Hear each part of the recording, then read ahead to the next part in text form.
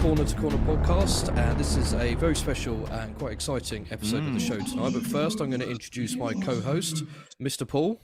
Yes, hello, Mr. Jeff. That's me. I am here. How are you tonight? I'm fine, thanks. We can hear a voice from somewhere in the distance. We can, yeah. It's like there's an announcer, a universal universal announcer or something. I thought it was the one in your head, you know, the other one coming out, but maybe not. So that's usually only on a Saturday. Yeah. I'm sorry, that's me. I'm upstairs in a pub. Of course you are, Dick. Why would you not be in a pub? There's a pub quiz going below. That is so unsurprising. We'll keep a listen out for the questions. Maybe we can, chip in some answers. Well, we're joined. I'll mute as much as I can. No, don't do that. We need to. It's good. It's ambience. Yeah, it's environment. So we'll take that. Yeah. Okay. Well, as you may have guessed by now, we've got a couple of guests with us tonight. So we're very pleased to welcome from the BFI, BFI's lead programmer, Justin Johnson, and the archive TV programmer, Dick Fiddy. Good evening, gentlemen. Good evening. How are you both? Hello.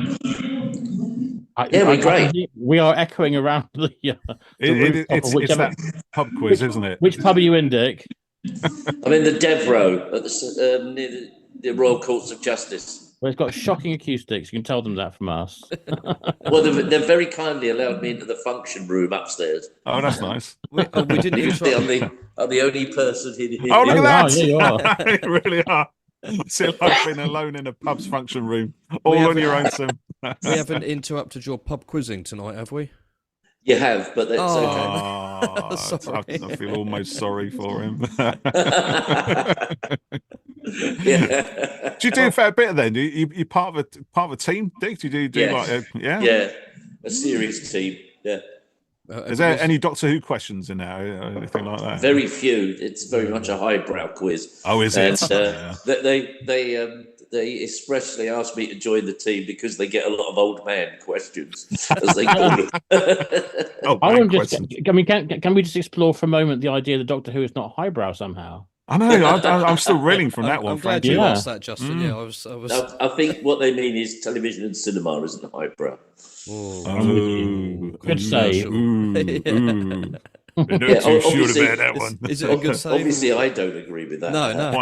Quite right. Yeah. Well, let's kick things off tonight by I'm going to ask the pair of you to tell us a little bit about your respective job roles at the BFI and what you do, so you can fight it out amongst yourself who goes first. Dick, over to you. Well, I've been programming television, archive television at the BFI for about 30 years now.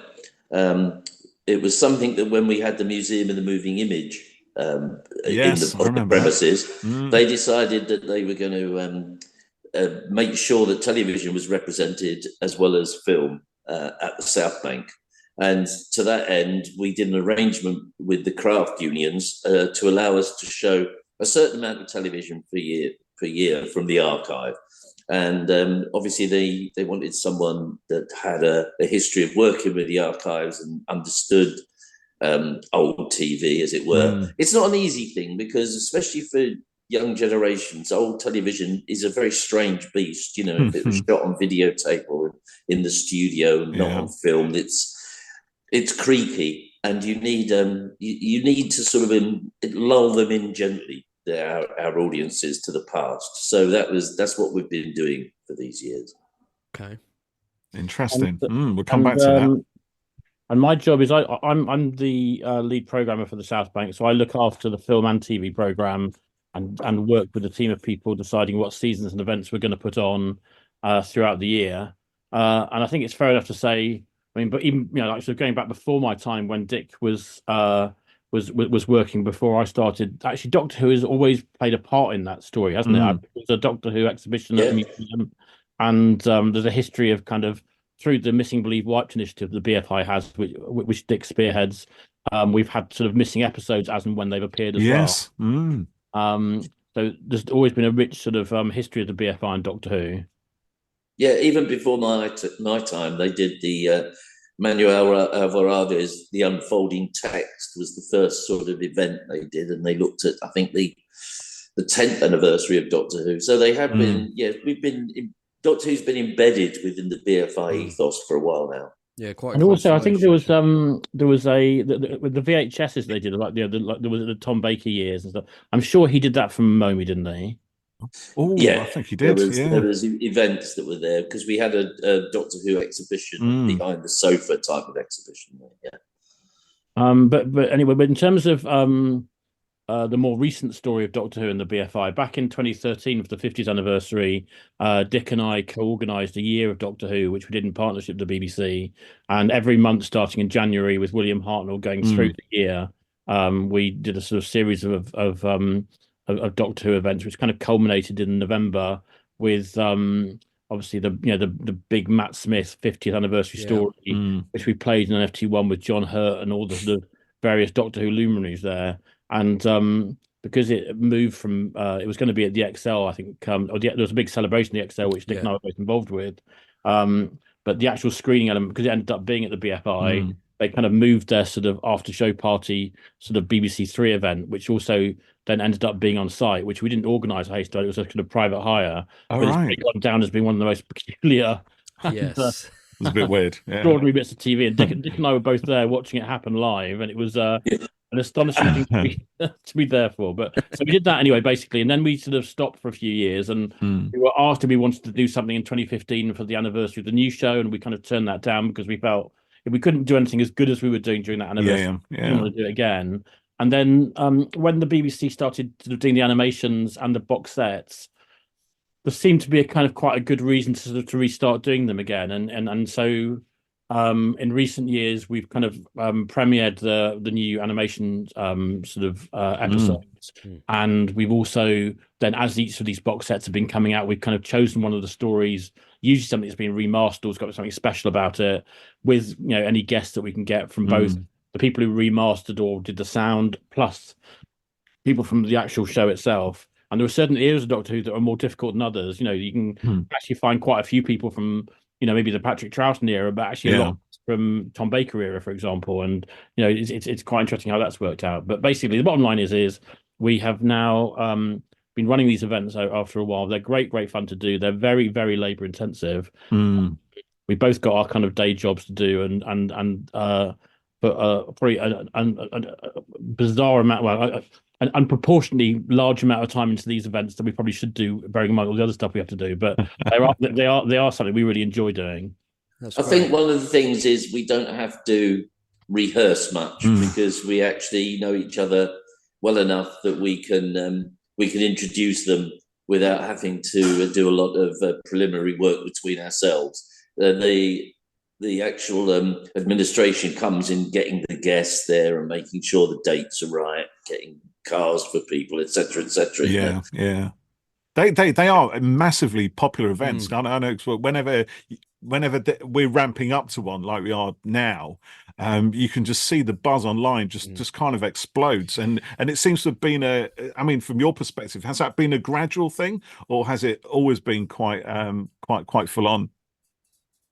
I think it was surprising to us when we did the anniversary, just how quickly it took off, almost from the very first event we did. Although it did build a little, but it was, even the first one, the William Hartnell era, was incredibly popular. Yeah. It's like Paul said. So as we're recording now, I don't think. Or maybe some people online know it's all going on sale tomorrow for the new one, which we'll talk about in a bit. But I've seen people absolutely desperate to go and see a favorite episode being screened with cast there, and people I'll pay whatever. Who's got a ticket? Let me have a ticket. I've got 2 kids, I only need one of them. It's this sort of thing. And it's quite it's like trying to get concert tickets in a way, and I think it's so exciting. It's great. I mean, it's tricky because obviously we only have 450 seats in NFT1, which is our biggest cinema. Part of the reason I think the events work so well is because obviously there is an intimacy to doing that. It's not. I guess. Although I guess there was a sort of a convention environment that we hadn't. To be honest, it wasn't initially by design, but because a lot of people now just turn up and they go to the bar regardless of whether they got a ticket or not. We've now got the quiz that happens run by Mikey, and we often do signings and stuff to. We'll produce like a postcard, and people can sell their autographs and that if they want to afterwards. And because we always try and have various bits go. So if we were, say, doing a 4-part story or a 6-part story, we would probably show a couple of episodes and have a little panel and do a couple more episodes and do another little panel. And it might be, Mark Ayres might come and talk about the sound, or we might have someone like Louise coming and talking about playing Leela, or whoever it might be. We try and sort of break things up and give it a sort of, it's not just straight viewing experience, although the viewing experience is fun, because how often do you with TV get a chance to watch your favorite TV show with a room full of 400 people? And I guess the downside to that is obviously the demand is much, much bigger. We do get people who are upset both that they don't get tickets, or B, that it's happening in London and that they might be in a different part of the country. And people do come. The reason we try and do them at 12 o'clock is because it works quite well for people to get back down and then come back in the evening. But the problem is, the BFI only has one cinema, and that's in London. Other cinemas, I guess, could try and do their own, and have it, I think, in the past done their own, if the cinema is enthusiastic enough and they can make that kind of contact. So it's nothing to stop other people doing it, but obviously we have sort of made it our little sort of it's become quite an important project for us. We had a question from we've got a couple of questions from Twitter followers tonight, but James Courtney asked, would you be open to running events around the country, and I think you've kind of answered it there. We were talking about it earlier, Paul. The BFI's base is there in London, isn't it? And I didn't think you had other branches around the country particularly. So branches. Doing additional screenings is obviously difficult in that way, really, isn't it? So hopefully that answers that question for people. And we don't have budgets either. I mean, we are being really, really, the BFI is a charity.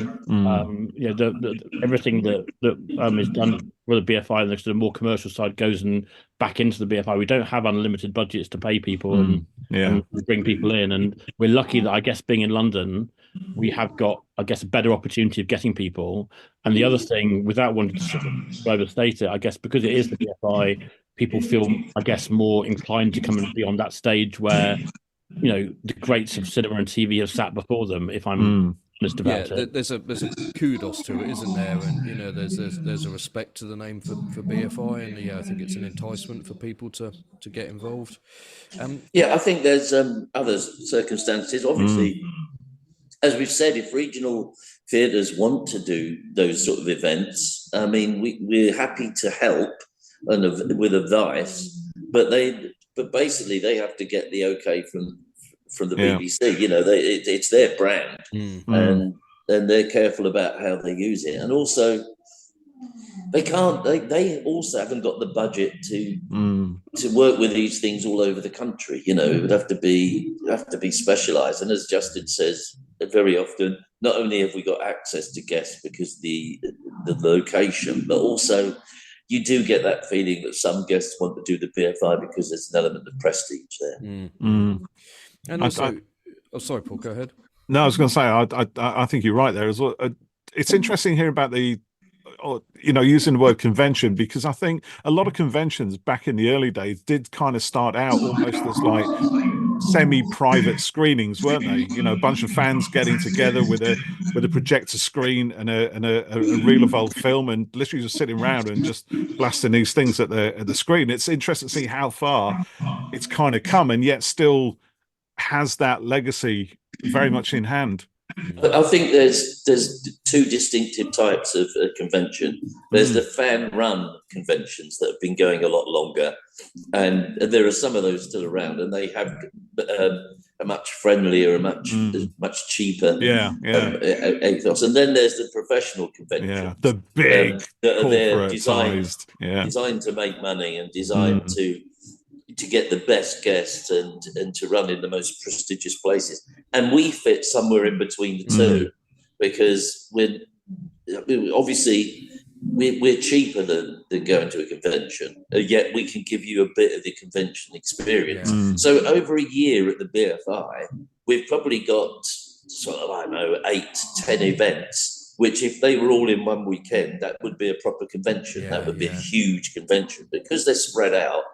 People are, it doesn't cost people as much, and they can come along and see some of the people from the screen and from behind the scenes up close, and they like that, and they get a chance to ask them questions, because we always throw questions over the audience, And I think there's that thing as well that there's just something about it, as Justin was saying, another 150, 200 people just turn up to be in the bar afterwards to meet the other people. And that's when you get that real convention feel. And I think that is something that has developed over the years. I don't think that was happening 10 years ago. That's something that's been relatively recent. Yeah. And I think, you know, if there were, you know, other events nationwide, it would start to lose its, the energy of it all a little bit. Do you know what I mean? Or it would change, wouldn't it? It would become something different, I think. Become a bit different. It's quite special having it there at the BFI. One of the nice things, I think, is that there was a perception, I think, that the same people will go every time.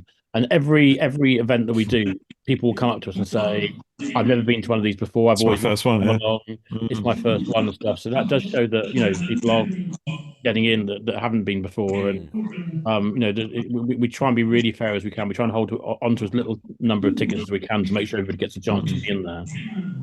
So how closely do you work with the BBC for the events, or, you know, is it left up entirely up to you guys? What happens, who's there, what's screened, and all of that? So we absolutely work in partnership with BBC Studios on these events.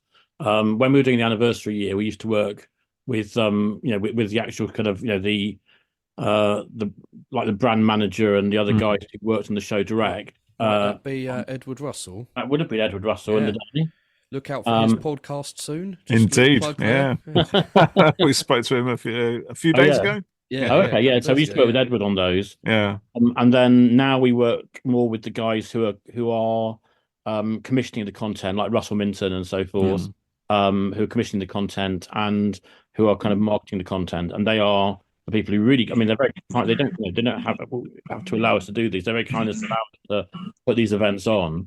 And we work with them as to what story it will be. I mean, like Russell will say, well, you know, we've got a 5.1 mix of this one and remaster stuff. So what about this? And we'll have a bit of discussion. It might be that a story that we did in 2013 comes up. So we don't want to repeat ourselves. We want to do something we didn't do in that year. Sometimes it might be around which guests might be available. Because obviously we really wanted Louise Jameson to be at this one. Louise is, always such a fantastic guest to have. And it depends which episodes in that season he might have been in, or it might have been somebody else who's no longer with us. So there's lots of different considerations that we kind of take into account. It seems to be that the release of the Doctor Who collection Blu-ray box sets have given you quite a good framework to hang the events on. Yeah, I don't think we wouldn't just do them willy-nilly. I mean, we kind of need the reason to do them. Yeah. And you're right. That does give us a really, because there's new content. Part of what we do is we're showing usually a restored story that that's going to be just in better condition than it probably ever was when they watched on TV back in the day, with the people who helped make the show. And we also, as part of the presentation, will show bits of some of the value-added material that's been created in the box set, which they can get to see early before the box set comes out. So, it's something the only reason we would do it is there's a particular reason to do it. We just sort of, being really blatant about, I guess, if you wanted to sort of just, sell tickets every day and get people to do Doctor Who, but that's not why we do it. Then it's not just something else. BFI. Doctor Who brings something else to the mix as well. Its very age, its very longevity means that the story of Doctor Who is virtually the story of the last 50 years of 60 years of British television. So, it started off in black and white, it was studio bound, it changed the colour.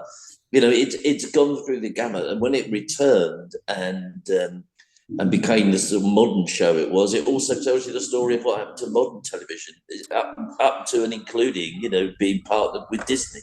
That's really interesting, actually. I hadn't really very much so about that stupidly, but you're exactly right, Dick. The show itself is a great kind of chronicle of television development, isn't it? And and looking at it through the window of one adventure, one unfolding text. Is a really good way to in an entertaining way to tell a historical story. Yeah, yeah. Because I suppose Doctor Who, in many ways, has both driven innovations within TV broadcasting technology, recording technology, and sound and everything else, and has also been steered itself, influenced by other innovations by other people. It seems to be like a collecting point. You know, when you think of Barry Letz's early experiments with CSO in the early 70s, and you know the sort of yellow screen efforts that they did. And then when you look at 1977, 78 series, how much they tried to do what Star Wars was doing on a shoestring budget. You know what I mean? And it's you hit the nail on the head. Then it's only recently that they've been given a substantial budget. I mean, you're right. yeah. They have been innovative in the past, but a lot of that was due to the fact they didn't have any money. Well, that's it, though, isn't it? That's a big driver of innovation. We need to look like Star Wars, but we've only got 2 and 6 to do it on. So what do we do, guys? Get on with it. You know what I mean? And you start cutting up egg boxes and trying to make string look invisible and come up with CSO and various other things. I have to say, one of the things, when you play TV, archive TV on a big screen like we do at the BFI, sometimes, it can show up all the sort of the looks and join. But actually, despite the fact that people laugh about Doctor Who and the wonky sets and stuff, actually, I'm surprised at how that isn't actually the case a lot of the time. And actually, there might be 1 or 2 episodes here and there that people always refer to. But actually, when you bear in mind what they were doing with an incredibly talented group of people with a very low budget in the scheme of things. And actually, quite often, I think, it's kind of what you're just saying then, really, which is that when you have a low budget, actually, you're a lot more creative in what you then do with that budget than if you're just given unlimited millions. Yeah. And I think that there's some incredible creativity on display in those early shows. And we've talked about this before, but I think you can't look at episodes from, 40 years ago and fairly kind of, criticize or take the mick out of the effects and stuff, because at the time, within reason, it was kind of cutting edge stuff, and so do you know what I mean? You have to look at it and accept it for what it is and enjoy the story rather than going, it looks rubbish now. But at the time, it didn't, by and large. But also, I quite like the, the fact that you can tell that, it's people working, pushing their creativity without huge pots of money behind them. And, that I think it's quite nice. It kind of feels homemade in a way. It feels very BBC. Yeah, that's it. Very, very BBC. Yeah. Talking of which, then, so you guys on Sunday, 4th of February. So we've got the Horror of Fang Rock coming up, haven't we? Now, when you talk about a studio-bound story up on the big screen, that's essentially what that is. So all filmed at Pebble Mill on a very, very small scale set, wasn't it? So looking forward to that one. Yeah, I think one of the things that does become evident when you watch this stuff is that really, even though technically it can be tricky, the writing was usually pretty good. It could be rescued by decent writing. I mean, there have been pits and troughs. There have been a couple of times when the writing's let them down. But overall, I think the ideas that are prevalent there, the storylines, and the writers are pretty good. And I think that shows now with the Big Finish stuff, because I think one of the things is, even though because it's audio, the special effects sound fantastic, it's still carried by the writing. And I think the writing on the Big Finish stuff is as good as any Doctor Who writing.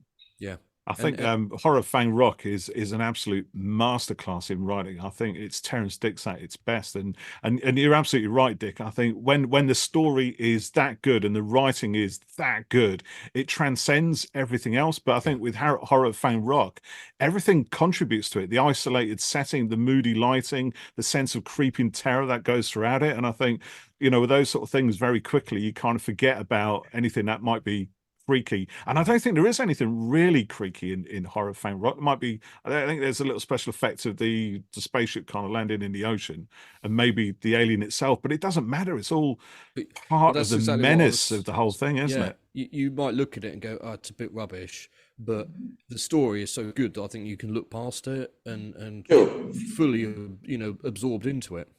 Plus, it's very gothic. It's got a very hammer feel Yes. to it. It's like they've materialised onto a hammer lot, you know. Yes, Yeah, yeah. it is very much so. Yeah. Do you know what? My daughter, she's 16 years old, and whenever I force her, sort of tie her to the chair and force her to watch old Doctor Who, she said it creeps her out a lot more than Really? the new stuff does. Yeah. She's just like, and I think it's something about that almost brightly lit, videotaped kind of studio claustrophobia that a lot of these stories exude through the TV screen. There, when you look at something like Sapphire and Steel, which is a lot of that, but with the lights turned down mostly. That used to terrify me as a kid, but I think it still pervades even now. And you mentioned Big Finish there as well, Dick. I think quite a lot of their, particularly Fourth Doctor audios, kind of fit that Hammer horror type feel. They really push that kind of gothic stuff on a lot of those, and the soundscapes work brilliantly to kind of capture what Horror of Fang Rock does visually on screen. I'm quite a big fan of spooky Who stuff. He does like his spooky I Who. do, yeah.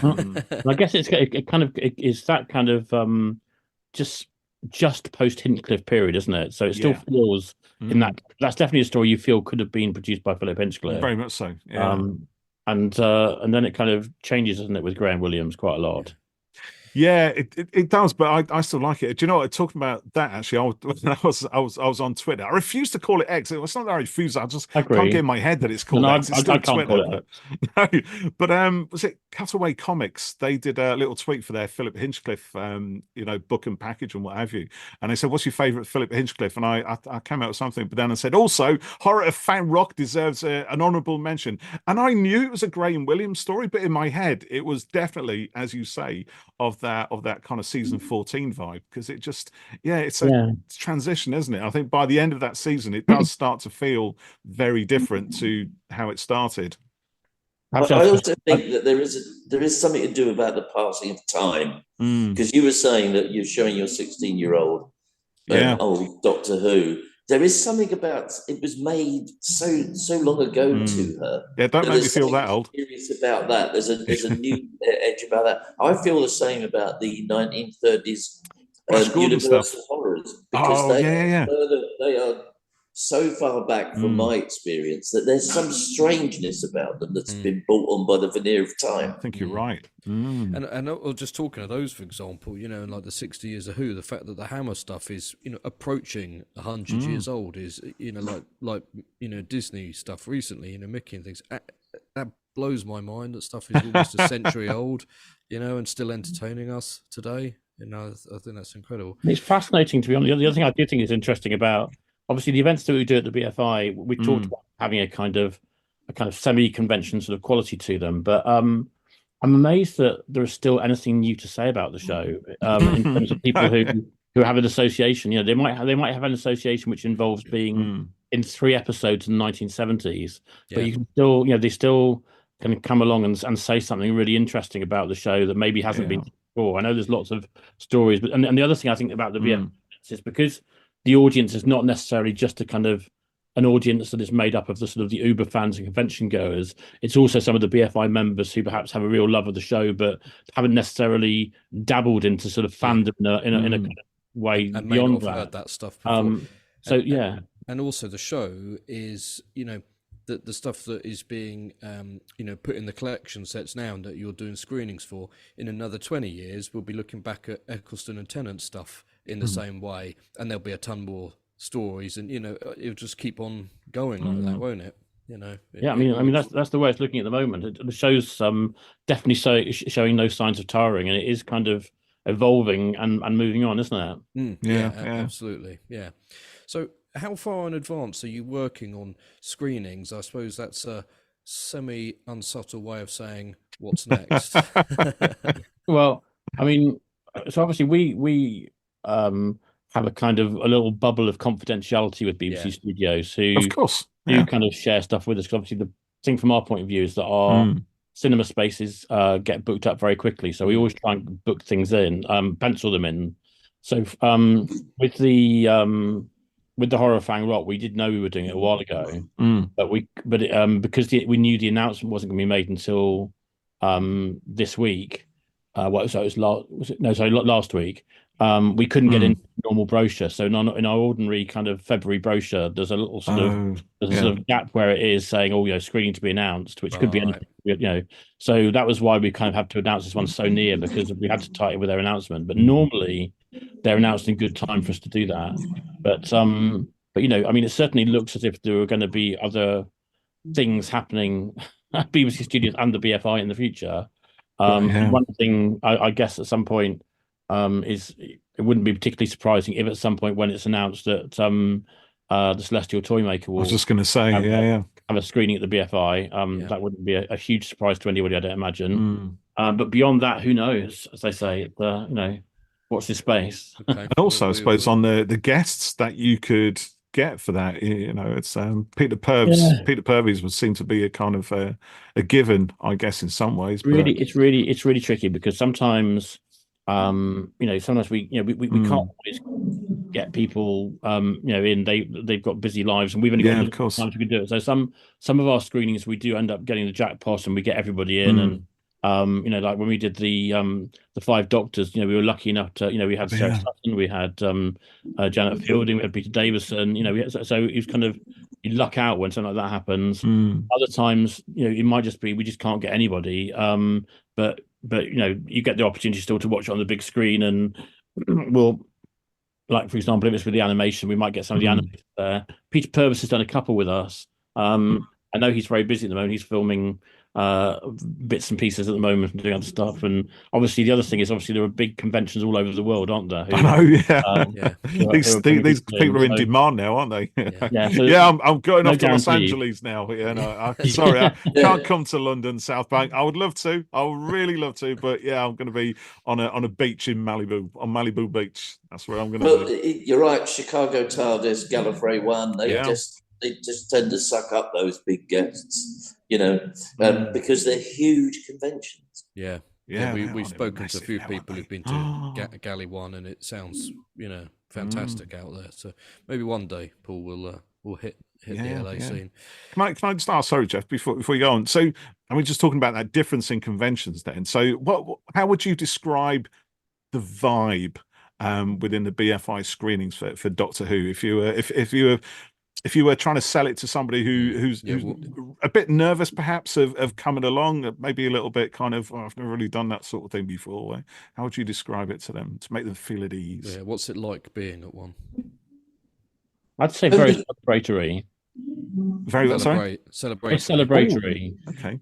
There are people I know. So I've seen, just by having read little bits on Twitter here and there, that there are some people who feel very anxious about going to environments like that, not just because of the whole thing about because some people might do a bit of cosplay, or some people might be a bit more kind of outgoing in that respect, but also because they might have a very personal relationship with the show. They watch it by themselves in wherever they live. They don't necessarily know anybody else who knows the show, but they kind of like the idea of coming to see it, and actually genuinely I think do feel a bit nervous coming out. But I think the nice thing is that it feels very inclusive. And I think people who come along, a lot of people put on Twitter, I'm going to my first one, I'm a bit nervous, and people will reach out to them and say, well, don't worry, I'll be there, look out for me, I'm wearing this badge, and they'll come and have a drink afterwards. And I think, I think it's definitely something, I think that it's a good way of kind of putting your toe in the water in that respect, so we can get a ticket. I don't know what Dick would say. I mean, it's a mix, it's a broad church. You do get the uber geeks at the centre of it, people that would try and come all the time and know everything there is to know. But you do get all those sort of, when I say casual fans, that sounds like an insult. I don't mean that. I mean sort of new fans, but fans that perhaps aren't as obsessive as other fans, but still get great joy out of seeing it on the big screen and just hanging around with a lot of different people united by one single cause. Yeah, it's like we were saying, Justin, if you haven't gone to an event like this before, it's probably a really good, sized and atmosphere of an event to go to, rather than going to something massive like London Film and Comic Con or something, which haven't been to things like that. It could be quite daunting in a way, and like you were saying, Dick, there's a good mix of fans here, and it kind of feels like it's just like very inclusive and welcoming for everyone, really. So, which I think is great. And the other nice thing is, in the audience with them will often be people who worked on the box set or who made some of the animation. There might be people associated with the show who like coming along to some of these events. We've got there are various people in the public eye who are big fans of the show and often come along, like Frank Skinner and other people who kind of often be in the audience and just love the show so much they want to be at the BFI events. And it's a nice group of people. Everybody's together and they're all on the same. It's one auditorium. It's fairly intimate and it's a fairly even keel. The big thing is whether you get a seat K9 or not. That's we've got row K seat 9, and that's the one. That's the golden ticket. There's also an element that, as Justin touched on there, the show's been running so long that a lot of people working on the show now were fans of the show in the past. It's like a lot of modern day television, especially if it's cult television, that sort of, whether it's a Star Trek series or something like that, the people running it are the people that used to watch it. Yeah. So there's a different affection as well for it. We do get a lot of people who are associated with modern Who in one way or another, but have come into that through old Who. I just want to ask a quick question, slightly divert for a second, but have you both been, Who fans since childhood, or do you secretly not really like it at all? And it's just part of the job? Jeff, that's a ninja question. That is. I watched it from day one. I was an unearthly childer and hooked straight away. But I guess when the Daleks came on, it was like mainlining. I thought, wow, this is the thing, This is it. Yeah. I've often gone on record that I was so fanatical, and I think it was only Emma Peel in the Avengers that finally drew me back into woke you up back from the dark side. Brilliant. I was a big fan of the Tom Baker. I can very vaguely remember the end of John Pertwee, or I don't know if it's a repeat but I remember being Pyramids of Mars and Seeds of Doom are the two stories that I have the really strongest memories of and being really scared by. And I loved the show. I had the TARDIS, the Leela figure, the robot, and the Doctor figure. And I remember things like the little figures you get from the Weetabix packets. I've seen that stuff. But it was I wish that I'd had the access to the Doctor Who figures that they have now. I'll tell you about it. Now there are hundreds, aren't there? Yes. But, beyond that, I've always loved the show. I've always bought the videos or the DVDs. I hadn't been to any kind of conventions. I've definitely never dressed up. But I understand why people do, but it's just not a world I have entered. But luxury, luxury. Ball bearing Daleks. Yes, Rollikins and this. I went. We went to the XL in 2013, and I looked at one of the rooms there. We did like a DVD commentary room. Yes, I've been to at the event, and I remember those were taking place. Yeah. And I've been to a couple you talked about the cutaway comics, Philip Hinchcliffe. I went up to Manchester last weekend and hosted a conversation with Philip for Cutaway, which has been filmed and comes out with a book. Yes. The book is, I have to say, the book I've seen it looks amazing. It is fantastic. I have no reason to kind of to sell it. I have no kind of skin in the game on that one, but it is great. I think Gary Russell has done a great job. It's like a number of really interesting curated pieces with then I think Gary or whoever it was did literally 20 or 30 hours of conversation with Philip, and they've transcribed and written bits and pieces up in between. And I think there is definitely stuff in there that people will never have heard before. It's a really fascinating book. Brilliant. Yeah, I've got my name in for that one, so I'm looking to receive it very, very shortly. I think they're going to do Graham Williams next, and I think the plan is to kind of keep them going. Yeah, I think that's a great idea. And again, Graham Williams seems to be. Do you know? Every time I see something on Graham Williams, it's like he put his absolute heart and soul into this. He literally worked himself to the bone to get this show out against unbelievable odds. He had a really difficult time. Yeah, exactly. His era was a very, very difficult era, wasn't it? No, I think the honeymoon period, as far as Tom was concerned, probably was yeah on the rocks then. I've just got to point out that I'm about to lose power. Plus, I've got to be out of this room. Oh no!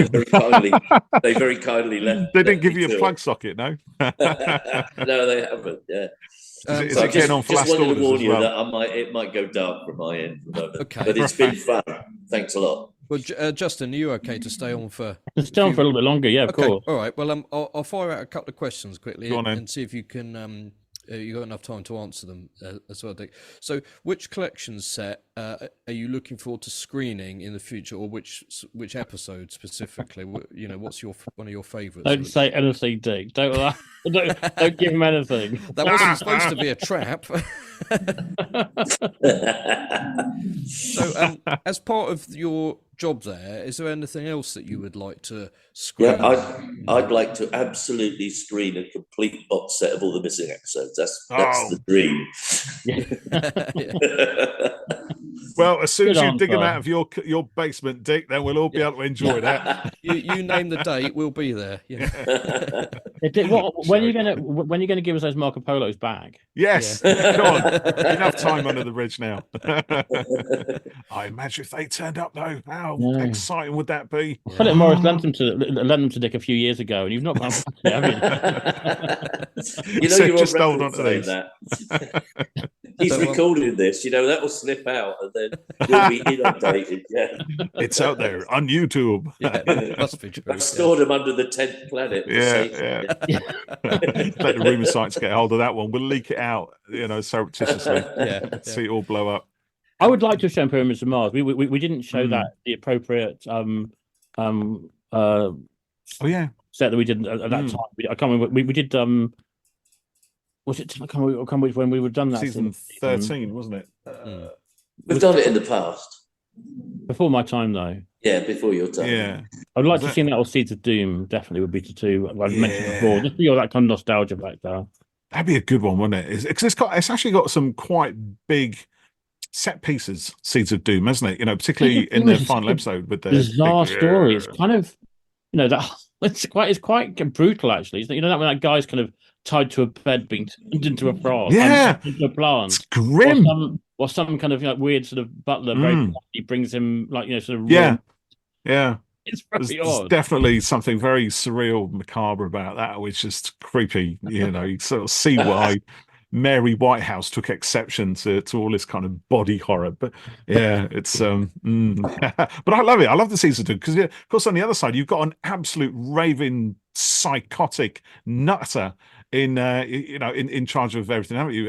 What's his name? Harrison Chase, isn't it? Yes. And he's played brilliantly, and he's much more than a lot of the shouty villains. You know what I mean? When the shouty villains are just like, so Doctor, now it is time has come at last when you will meet your doom. I think in that kind of Hinchcliffe era, there was a real sense of right or wrong, good or bad. You know, I think it's very binary. In the Barry Letts era, it was a bit more fuzzy. You know, you had the gentleman. You know, the master was very gentlemanly, and Doctor is watching his episode of the Clangers stuff over the world. Whereas in the Philip Hinchcliffe era, you know, it's much the baddies are bad, and there's no two ways about it. Yeah, I totally agree. But it's responsible for so many moments that have lived with generations, you know, a whole generation of fans who cannot forget that the mummies, you know, the brain of Morbius slopping to the floor with Morbius screeching, blind Sarah Jane, you know, the arc in space, the bubble wrap hand, which was absolutely terrified me when I was a kid. I didn't know it was a bubble wrap. I thought that is some alien lava bursting out of this guy's face, you know? There's still nothing that can compare with that Dalek claw coming out from under the cloak in the, do you know what? Yeah, in the first season for me. That was talking about that. Yeah, you're absolutely right, Dick. You know, it's those moments that just bring us into it. And you know, when we think about the current generation, you know, who've grown up, only known Doctor Who since 2005, we've got almost 20 years worth of moments for those guys as well. You know, who've grown up with, you know, burping wheelie bins, and for my daughter, you know, the one I make watch early Doctor Who, for her it's the gas masks. You know, she kept Richard Wilson's face morphing into a World War II gas mask. Weeping Angels. You my daddy. Yeah, exactly. You're my mummy. Go to your room. You know? That's not the first time that Dick said that to me. We don't need to get into that. So Dick, I've got to ask you before you lose power. Other sort of TV then, because if you're talking about archive TV programs, what are your favourites among the wider gamut of everything you've got access to? And can I just add to that? There's a question from who's Clive-Lewis on Twitter who says, "What archive discovery are you most proud of?" All archive discoveries are important because it's like the television's past is like a jigsaw, and every piece builds up the picture. So I used to think that only the big missing programs are good, but I think I'm most proud of how many of last 1948 shows we got back, because at one time we only had 2, and in the end we had, I think, 10 or 11 episodes. So we did a really good job on that, through just publicity, basically. But at the time, as I say, I was a big fan of 60s television, all the ITC stuff, the Avengers, all the filmed action stuff. Yeah. And it was only later you get into the single plays, the play for todays, and the armchair theatres, when you think, wow, there's some extraordinary writing going on there.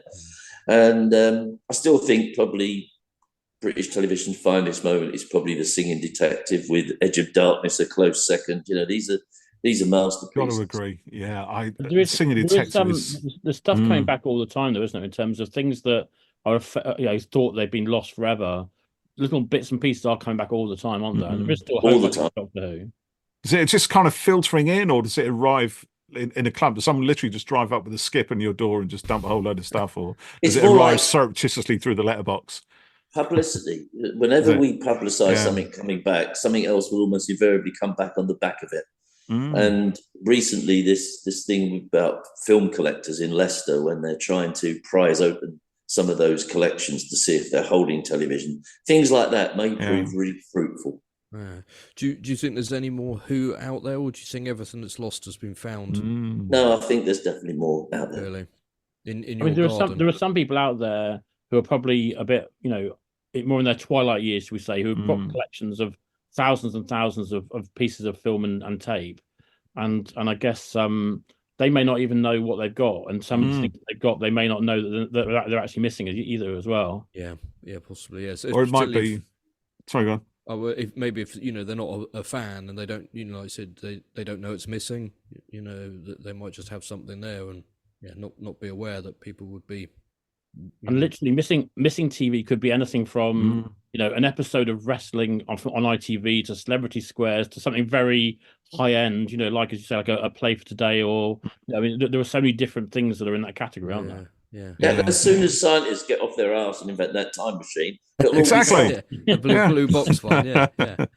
or maybe that's why they're missing in the first place, because somebody did go back in time to try and rescue them, grabbed them all, out of the archives, and then jump forward in time, but actually their machine broke or something, so they're not actually going to land until the. Well, maybe they took them back to a time we haven't come to yet. Yeah, exactly. Yeah. I think I've got a question for you. I just thought of it now. So if you were able to get access to one missing episode of Doctor Who that's not currently available now, but you had to swap it for an existing episode of Doctor Who, what would you go for? And what would you lose? That's a good question. That is going to plead the fifth. Terrible question. Yeah, that is cruel. I couldn't lose anything. I wouldn't want to lose anything. I couldn't. So you can have. That's the problem, isn't it? You can have the last episode of 10th Planet, but you've got to give one up forever. I couldn't do it. I've never thought of that question before, actually, but I quite like it. It's a good one. Yeah, it's made me feel cold inside. Yeah. The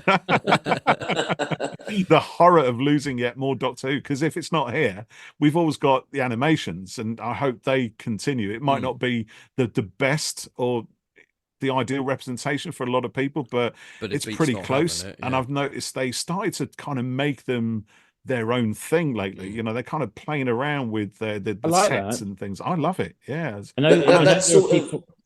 that sort of Sophie's Choice is like it's like something the Master would do to the Doctor. No, Doctor, you can rescue one from the past. But that's it. In terms of the animation, I know there are people. Oh, there we go. He's gone. We've lost him. We've lost Dick, everybody. Oh dear. But thank you, Dick, if you're hearing us. That's brilliant. Catapulted away. But just to say, but that's the thing about the animation. I mean, there are definitely purists, and I don't, it's not like there's a right or wrong on this, but there are people who remember the show really, really vividly from the 60s. They've got very fond memories. They want it to be exactly as it was in their childhood in black and white. And there are other people who recognize as well that you have to be a bit more commercial about these things, and you have to make it a bit more relevant to people today. Like the recent Daleks in colour. Yeah, like Daleks in colour. I mean, it doesn't take away from the original. I mean, I guess the animation ones are slightly different because obviously they don't exist in the format that we're aware of at the moment. Yeah. And if you do a redesign, or if you make something, if you make a change because actually, it's a sensible thing to do in terms of, whether it might be, a white actor, taking a role that is playing a different race, for example, then actually that makes a completely sensible thing to update that now. Yeah. But I know there are some people who just are so focused on the fact they want it to look like a certain way and be a certain thing, they just can't kind of get away from that.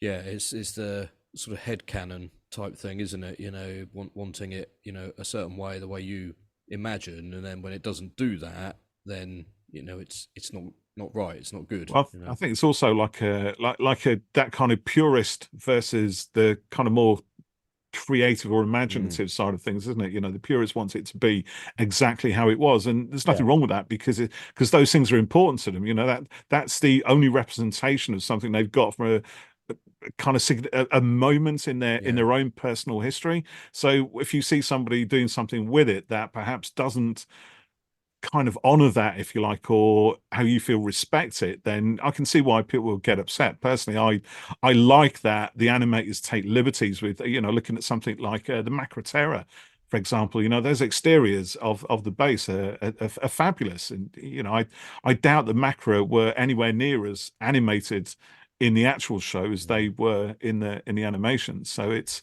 if anything which kind of brings Doctor Who to life, especially Doctor Who that we don't have access to anymore. And who knows, they might redo the animations, or somebody might do them in the future to a different style if fashions change. You have to give them a creative brief. You can't just say, it's do dull exactly to just as repeat, exactly as it was. There's got to be some creative interest in it, for the people making it, I think, like you say. Yeah, I agree. There are others who wouldn't. Yes, no, but I can see their point of view. That's the thing. I suppose I'm sitting. That's it. Justin, I'm going to fire two quick questions at you here. So the first is from our friend Fraser Gregory, and we ask this to every guest on his behalf. And the question is: quarks or crotons when it comes to the Series 6 event? Whenever that might be. Yeah, whenever that would go. I don't felt like a trap question as well, didn't it? Sorry. No. I really don't know. And actually, I think that the political answer, and I have no idea whenever that will, or whether it will be available, etc., etc. But I think that we would have a look and see which episodes had the BBC had done what with, and we'd try and look and work out which would work best for the audience in terms of the best use of our screens and facilities and so forth. Do you have a preference to either of those enemies? Quarks or crotons? Let's go for quarks. Let's go for quarks. Let's go quarks. Fair enough. Okay. Yeah, we can do quarks. And our friend Didymus Holmes asks, have you ever been starstruck? Oh, that's a good question. It's interesting, isn't it? Because I think that I think Dick and I are very lucky. When you walk to BFI, literally almost every night we've got something going on along in our cinemas with amazing people from TV and film, from all, in front of the camera, behind the camera, somewhere in between, and I guess you can't allow yourself to get too starstruck because you have if you're hosting stuff on stage and or meeting in the green room stuff, what they don't want to see is somebody who's grabbing lots of box sets, going to sign them and wanting to sort of tell them, I love you so much. So you have to kind of contain all that. Yeah. But I mean, it's impossible to say that the first time I met Tom Baker, I wasn't starstruck, and I didn't feel that my 8-year-old self, how I would have felt. And I think Tom Baker's probably because his voice is so his voice has never changed either, and and he's such an incredible person. He arrived when we did the event with him in 2013. He arrived early, a lot earlier than we thought he was going to. And I just sat in the green room with him. I thought, well, I'm not going to do is I'm not going to talk to you about Doctor Who stuff at all initially. And I talked to him about the fact we had a Pasolini season going on at the moment, and he'd been in one of the Pasolini films, Canterbury Tales, and the fact that we had there were some other things that he'd been in. So I thought I'd kind of do it from that way, in a very BFI way, or I then kind of went in because I thought that might make him a bit more more, and that seemed to be quite a good approach. But he was incredible on stage as well. He did an amazing event early on in my career in the BFI with Mark Gatiss, when there was like a kind of an event on stage with the two of them where Mark interviewed him. I think he literally needed about 3 or 4 questions, and that was it, because just to say Tom would just wander around the stage for about sort of 20 minutes on his own, answering about 14 different questions he hadn't been asked. But beyond that, and just in terms of sort of nostalgia, once again, this is not a Doctor Who answer, but although it has quite Doctor Who element to it, because in the Sea Devils there is an episode of the Clangers. When we had Oliver Postgate and Peter Furman, and once again it comes back to the voice as well, because Tom Baker's voice is being so distinctive. Oliver Postgate has got such a distinctive voice as well, and he brought Bagpuss with him, literally in an old Sainsbury's carrier bag, the original Bagpuss, and I held the original Bagpuss in my arms as Oliver Postgate was talking to me. I think I almost started to cry. To be honest. It was so emotional. I can get that. So I think Tom Baker and Oliver Postgate are definitely two that have had that kind of connection with. Brilliant. I think my wife would literally swap with you to have that experience with Bagpuss. Really? It's every generation grows up with these things at an early age, and they mean so much. And I get you to hear that voice and to be holding Bagpuss himself, I'm not even going to call it a prop, because that's wanky. Bagpuss is Bagpuss, He was Bagpuss, you're right. Yeah, absolutely. It's brilliant. All of those things. You're too young for that, Jeff. I may be younger than you, Paul, but I do vaguely remember Bagpuss, on time. I enjoyed that. Ivor the Engine, I think that was another Oliver Postgate, wasn't it? Oliver Postgate, it was, I remember that vaguely as well. So, Justin, were you at the screening for Church on Ruby Road recently? Because obviously at the BFI you do occasionally do more recent Who stuff as well. That was a private hire, actually, that the BBC themselves did. And as it happened, I wasn't in London that night, so I actually didn't that one. I'd been to some of the previous Christmas ones, previous sort of maybe 4 Christmas ones they did before they went to New Year. But unfortunately, I missed that one. No, that's a shame. That was fun. But sometimes it's quite nice just to watch it on the day you're meant to, on Christmas Day. With your family, isn't it? Without all the sort of gala trappings and everything else, it's just it could take something. But then, I mean, do you kind of get that as could you theoretically just kind of swan in and out of any of the BFI gala events that you do, private hires as well as the public ones? Is there a seat with your name on it permanently? Unless technically I could, That's quite a nice perk, That's good, that's right. Well, don't worry. Very lucky. I've met in terms of the people who are still alive and working in the industry. I've met a lot of my favourites, and I'm incredibly lucky. Yeah, that's brilliant. It's fantastic, isn't it? Yeah, don't worry. We're not asked to you sneaking us in the back door of the fire exit or anything like that. But... That's lucky. Because there isn't one. Yeah, there isn't a fire exit. There is a fire exit. Of course there is. Yeah. I didn't say it was. But so just very briefly then, Justin, I mean, how did you get involved in what you're doing in the first place? Where's your history come from? When I first started working at the BFI, actually, I was working a completely different non-program related position, although I had been doing sort of film reviews and other sort of bits of sort of film writing, and I used to go onto BBC London Radio and review the films every few Friday nights and other various bits and pieces. And then I just kind of had an opportunity to start doing bits of programming here and there, and I started hosting bits and pieces, and it kind of just evolved from there. And then various opportunities and job applications later, I ended up, looking after the program for the South Bank. So I'm very lucky once again. I've got an incredibly brilliant job, really. BFI is an amazing place to work, and I've got a dream job. I couldn't imagine doing anything. It's not nothing I can imagine doing. I'd rather do more. Brilliant. That's the dream, isn't it? To love your job like that. Just be doing that, and to be at the heart of culture as well.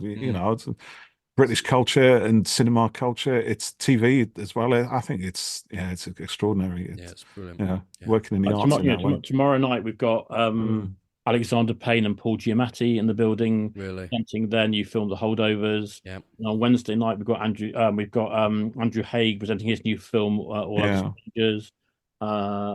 This weekend we've got the guys from Cartoon Saloon coming over from Ireland to talk about their animated films. Wolf Walkers, Song of the Sea, Secret of Kells, and so every day there's something incredible happening. That's we're very lucky. Yeah. Well, Justin and Dick, who's now gone, it's been a real pleasure talking to you guys tonight, and hopefully our listeners and some BFI fans, event fans among them, have enjoyed it as well. And good luck for the forthcoming event. I hope it all goes well, and hopefully we'll get to meet you at one soon as well. Yes, indeed. It's been a lot of fun. A lot of fun. Thanks for joining us tonight, Justin. And thanks for listening, everyone, and we'll catch you on Who Corner to Corner very soon. Bye-bye for now.